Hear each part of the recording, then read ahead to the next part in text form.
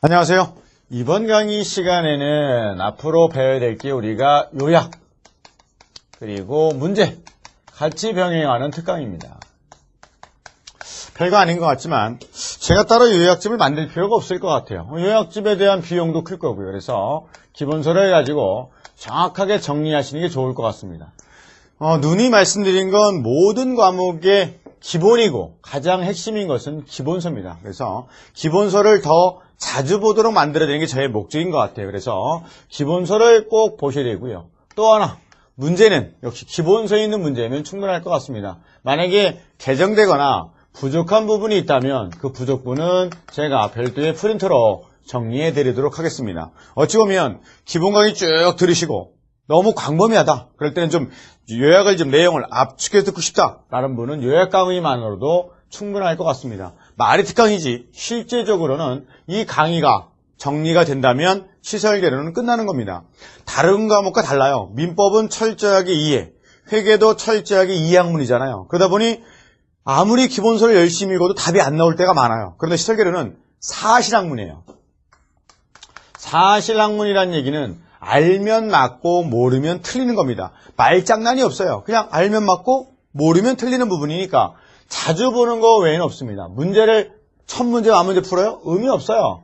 문제를 많이 푸는 게 중요한 게 아니라 내용을 자주 보는 게 가장 중요합니다. 공부 많이 하신 분들은요. 기본서 이거 2시간은 다 봐요. 쩍쩍쩍쩍 넘어가면서. 기본서에 문제 빼고 그림 빼고 그 설명 같은 필요 없는 거 빼고 그러면 실제적으로 200페이지가 안 됩니다. 그런데도 어려운 거죠. 왜? 용어들의 낯설음도 있으니까. 하지만 지금은 용어의 낯설음은 끝났고 기본 강의를 들었고 그죠? 모의고 점수 40점 나오고 이런 분들이 완전히 압축해서 정리하는 시간을 만들어 드리도록 하겠습니다. 어떤 특강보다도 알차게 꾸며 드리도록 하겠습니다.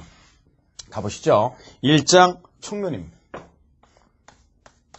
건축구조 총론입니다. 총론에서 나오는 문제는 한 문제에서 두 문제입니다. 나올 거는 뭐가 있을까요? 제일 먼저 가장 많이 나올 거는 하중에 대한 문제. 두 번째는 구조의 분류에 대한 문제. 세 번째는 가설공사. 이렇게 세 파트로 나눠지고 한두 문제가 매년 꼬박꼬박 나오고 있습니다.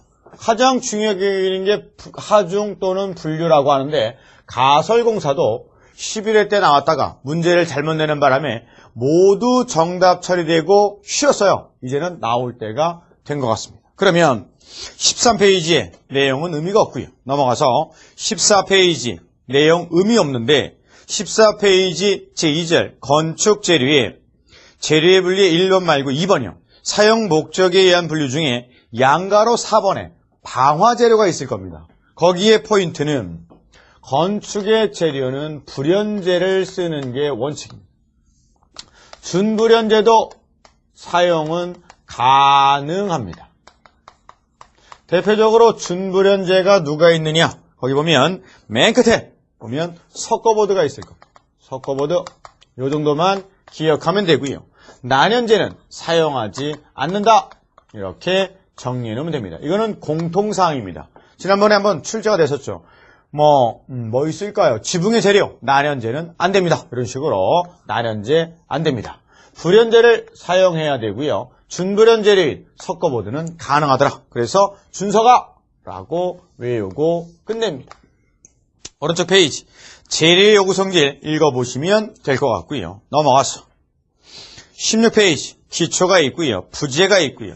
부재에서 지난번에 16회 나왔던 문제는 기둥이었죠. 기둥의 정의는 이거였죠.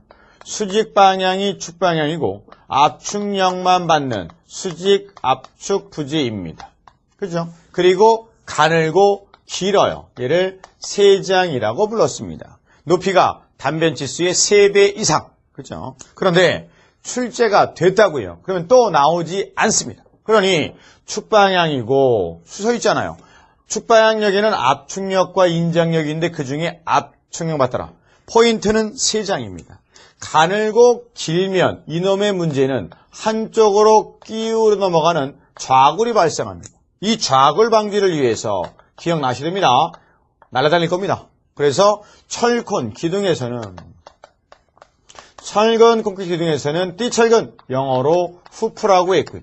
또 원형 기둥에서는 나선 철근을 쓰더라.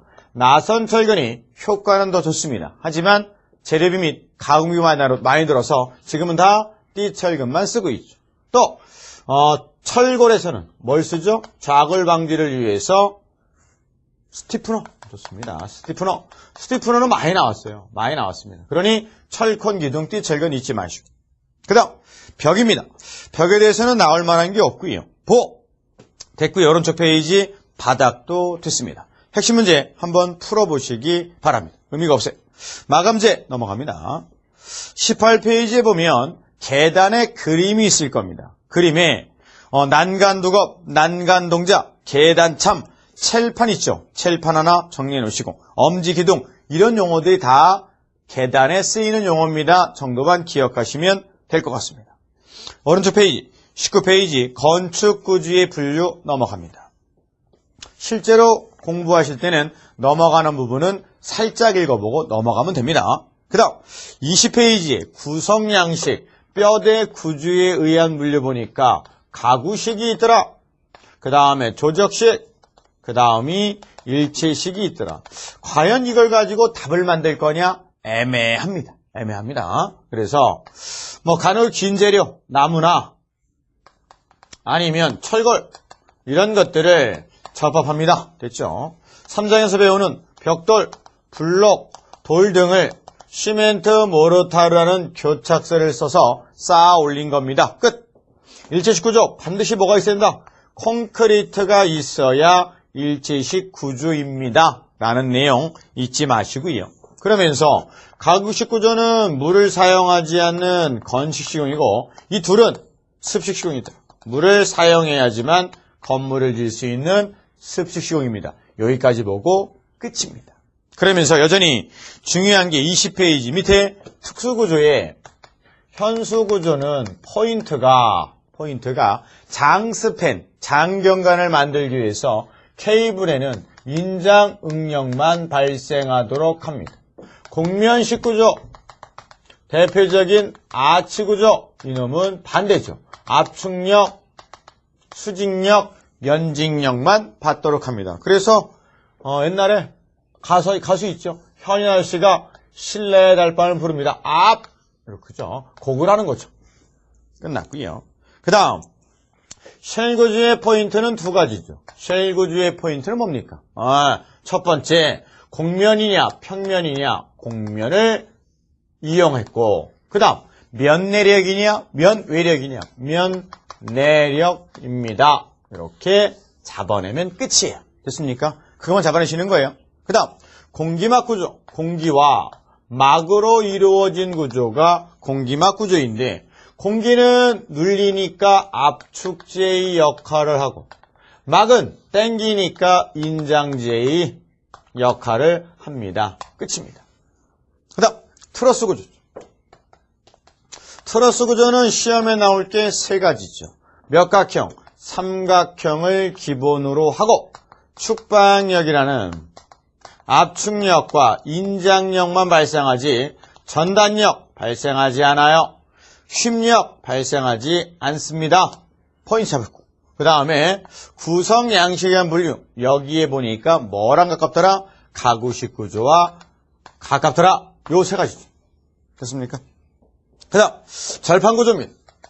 절판 구조는 판을 어떻게 꺾었죠? V를 꺾었죠. 데크 플레이트 기억나세요? 데크 플레이트 철골에 나오죠.